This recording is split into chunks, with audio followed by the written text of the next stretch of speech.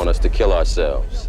You go out to Beverly Hills, you don't see that, but they want us to kill ourselves. There is a disturbing scene in Boyz N The Hood, almost got the entire film canceled in 1991. Theaters shut down. Police flooded cinema entrances. 1 dead, 33 injured. You bad, you gotta shoot somebody now. Well, here I am. A simple coming-of-age story about South Central L.A. became America's most controversial film overnight. Why? Because it showed something raw, from gunshots erupting at screenings across the country to John Singleton fighting studio execs who tried to shut him down. Dudes used to look at me and be like, oh, well, you should just give it up, because you're black and you'll never make it, and then, we're gonna make movies and you're gonna make movies. To a single violent scene that nearly got the entire film pulled from theaters.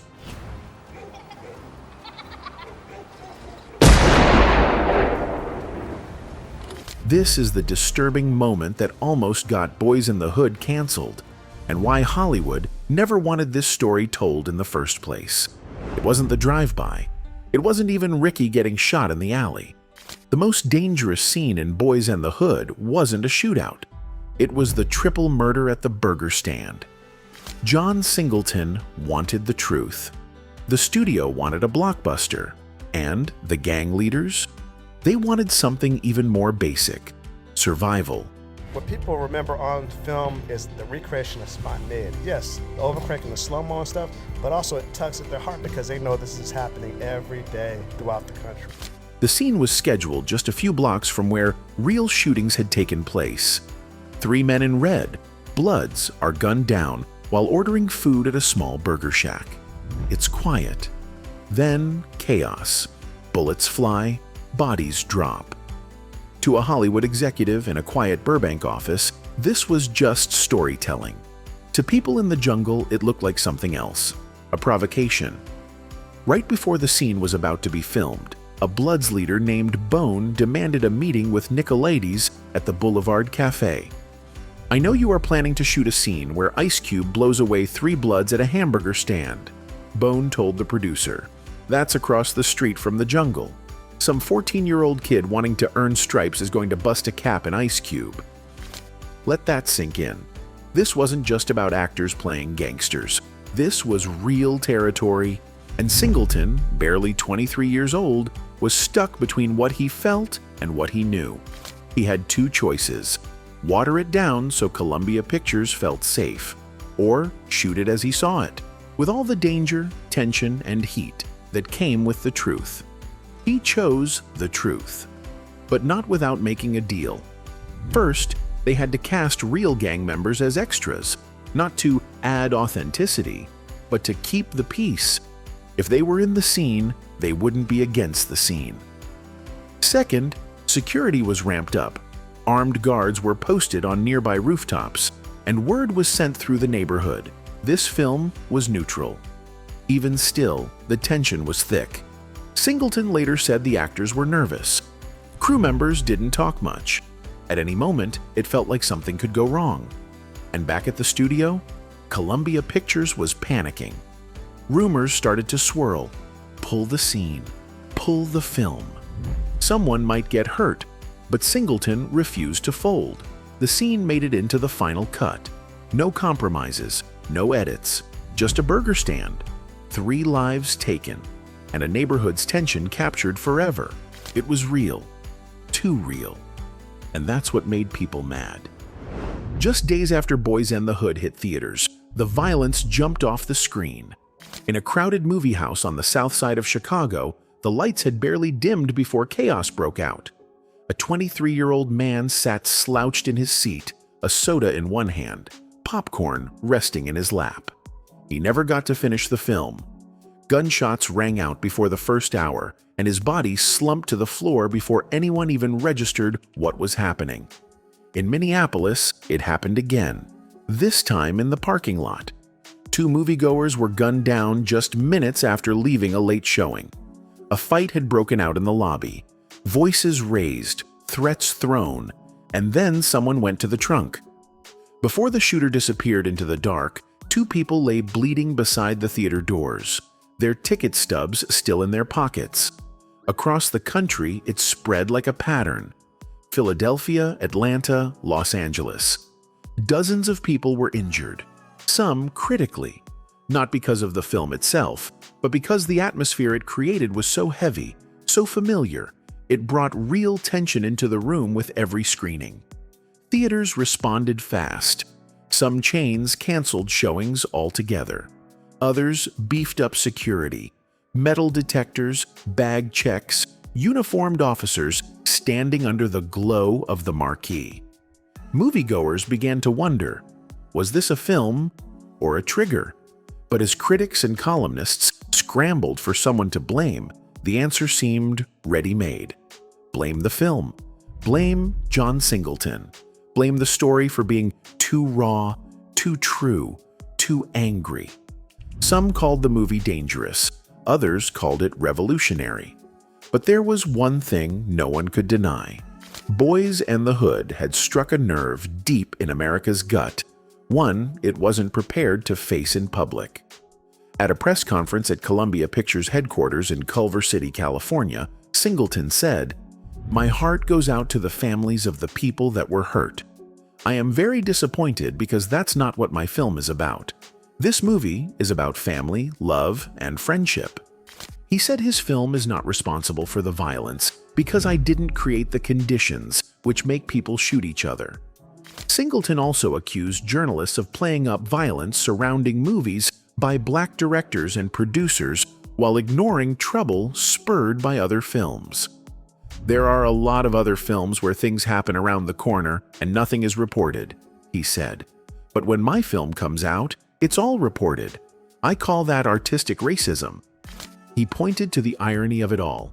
People weren't reacting to fiction. They were reacting to recognition. What played out on screen had already happened thousands of times in real neighborhoods. The gunshots in the theater weren't inspired by the movie. They were evidence of what the movie had been trying to say all along.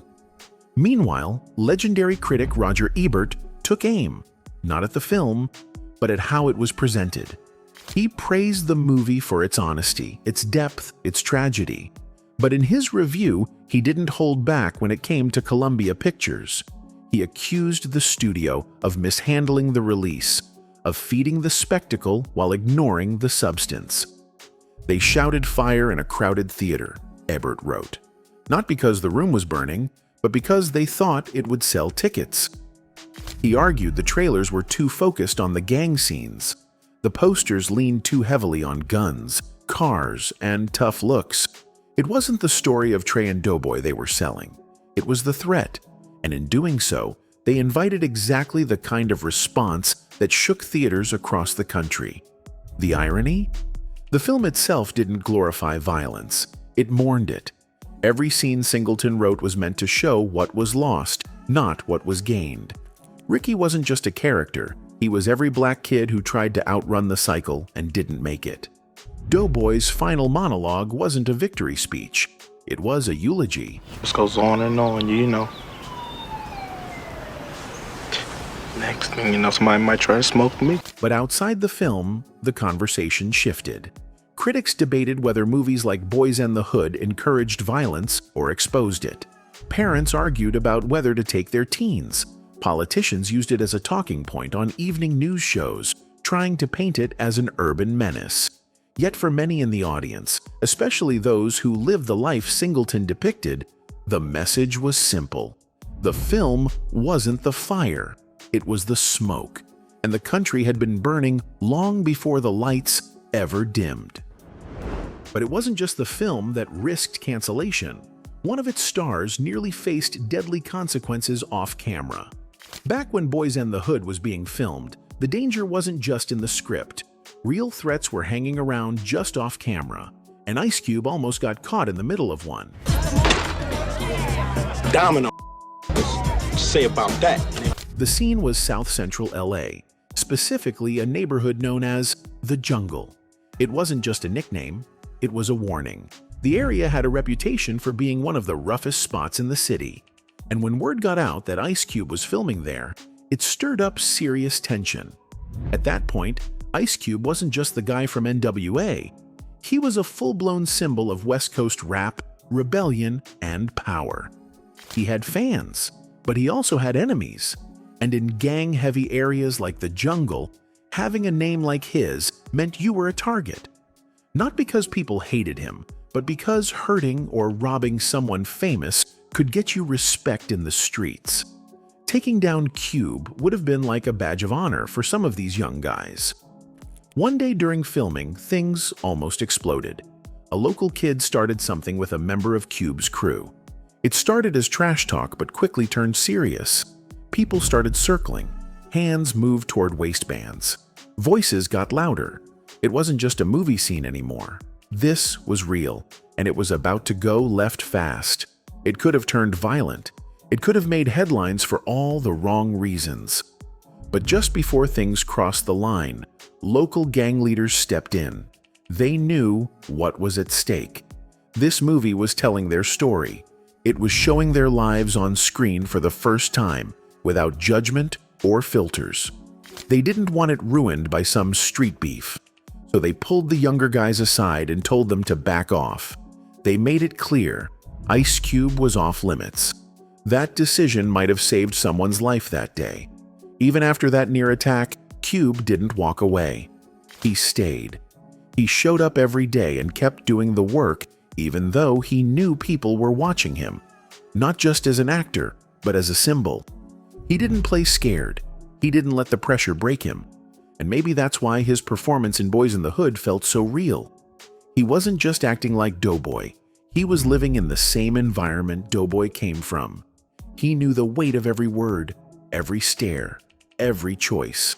When he talked about the streets in the movie, he wasn't reading lines. He was telling the truth. It's easy to forget that movies like this weren't just shot in Hollywood studios. They were filmed in real neighborhoods, surrounded by real people, with real dangers. And Boyz N The Hood didn't hire extras from across town. It used people from the area. That's why the energy felt different. That's why it still hits hard today.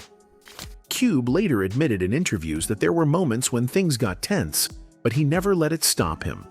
For him, it was bigger than the movie. It was about telling the story right, even if it meant putting himself at risk. But not everyone involved had that same level of protection or clarity. For some of the cast, just being part of Boyz N The Hood brought a new kind of pressure, one they weren't fully prepared for. Take Jermaine Hopkins, for example. He played Dookie, the kid always holding a pacifier in his mouth, hanging out on the block. See, I ain't sick, I know how skinny as shit. After the movie, he stayed active in Hollywood for a bit, even landing a role in Juice with Tupac. But behind the scenes, things weren't going so smooth. Years later, in 2011, news broke that Hopkins had been arrested for trying to buy 200 pounds of marijuana from an undercover cop. He ended up getting sentenced to just 30 days in jail and probation. But the damage was done. It was a clear reminder that not everybody from that cast got a fair shot at stability. And Jermaine's story isn't the only one. Some of the other young actors from the film also had run-ins with addiction, legal issues, or simply fell off the map. They came from rough neighborhoods, just like the characters they played. Boyz N The Hood wasn't just a script for them, it was their reality. So when the cameras stopped rolling and the set was gone, a lot of them were left to deal with the same old problems. Now, with a bit of fame that didn't necessarily come with support. There's a painful truth behind the power of that film. The acting was so raw, so real, because for many of them, it was real. Some had lost friends to violence. Some had grown up in households that struggled. And Hollywood didn't exactly wrap its arms around them after the credits rolled. For all the praise the movie got, and rightfully so, the real lives behind it didn't always match the success on screen. Long before the Oscar buzz and the headlines, Boyz N The Hood almost didn't get made.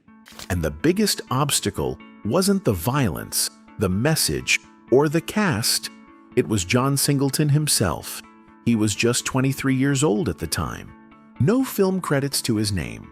No big-name mentors backing him up.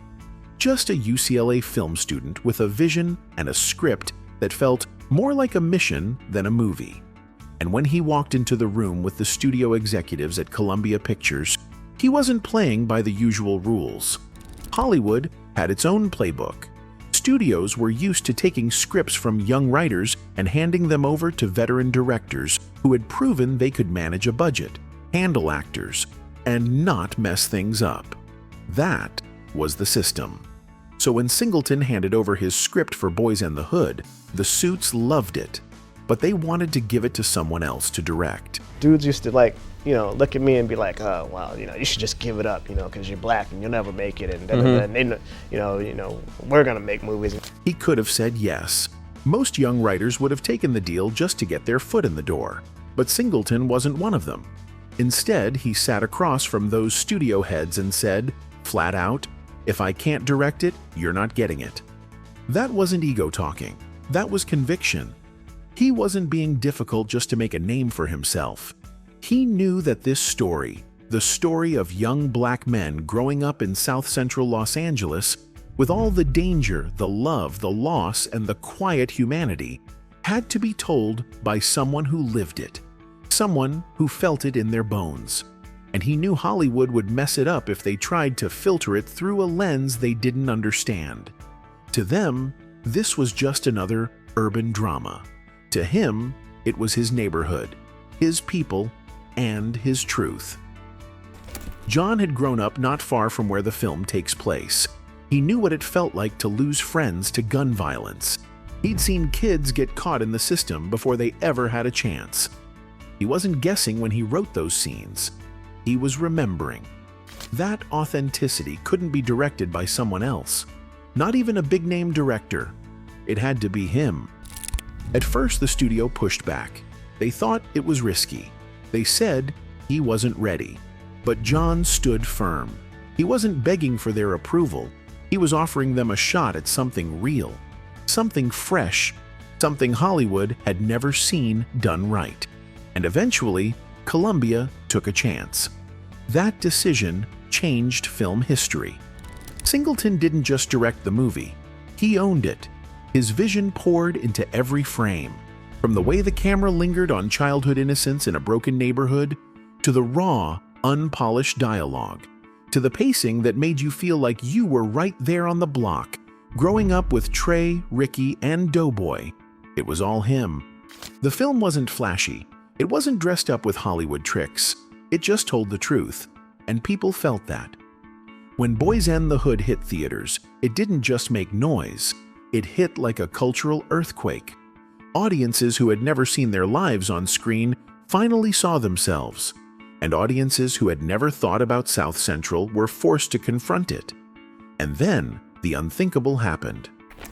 John Singleton became the youngest person ever nominated for Best Director at the Academy Awards. Not only that, he was the first African American to receive the nomination. It wasn't just about winning or losing. It was about being seen. It was about busting the doors open so the next generation of black filmmakers wouldn't have to fight so hard to be trusted with their own stories. And to think, it all came down to one moment in a studio office. One 23-year-old, still fresh out of film school, saying no to the biggest opportunity of his life because he knew it wasn't really his unless he could call the shots. That's the kind of bold move that turns a movie into a movement. And that's why John Singleton wasn't just the director of Boyz N The Hood. He was the Hood, and he made sure Hollywood saw it clearly, for the first time. When Boyz N The Hood came out in 1991, it hit different. It wasn't just a movie about the streets, it was a message. Over 30 years later, it's still one of the most powerful stories ever told about growing up black in America. But what a lot of people don't realize is how close this film came to never making it. From the very beginning, the movie faced a lot of pushback. Some theaters had actual gun violence break out during showings. That led to media panic, with headlines calling it dangerous, even though the violence had nothing to do with the film itself. Still, they tried to label it a black problem. Some cities pulled the movie completely. Studio execs got nervous. Censors came knocking. And then There was that one scene, a moment so raw, so real, that it almost got the entire film canceled. But instead of backing down, John Singleton pushed through. He believed this story needed to be told. And he was right, because this wasn't just about showing pain or struggle. It was about showing life, showing that in these same neighborhoods, there's love, there's family, there's humor, and there's hope. Like John said, we're human. And that line from Furious Styles. Any fool with a D can make a baby, but only a real man can raise his children. That wasn't just a line, it was the mission.